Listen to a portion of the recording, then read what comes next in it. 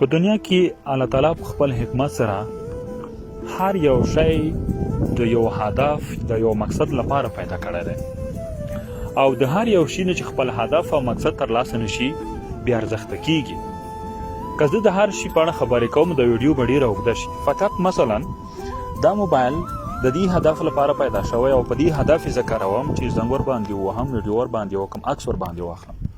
خو که چېرته همدا موبایل ما ته همدا هدف ترلاسه نشي یا د دې موبایل نه زه دا هدف ترلاسه نه کړم، زه ایسته غورځوم، زما څخه ارزښت کمیږي. انسان هم الله تعالی د خپل عبادت لپاره پیدا کړی. نور کارونه کا خوراک کا خو د الله تعالی عبادت وکړي، هغه وخت به ارزښته کیږي چې خپل هدف له تا څخه ترلاسه نشي. نو که د الله تعالی عبادت ونه کړې بیا ارزښته کیږي او اهمیت له لاسه ورکوي.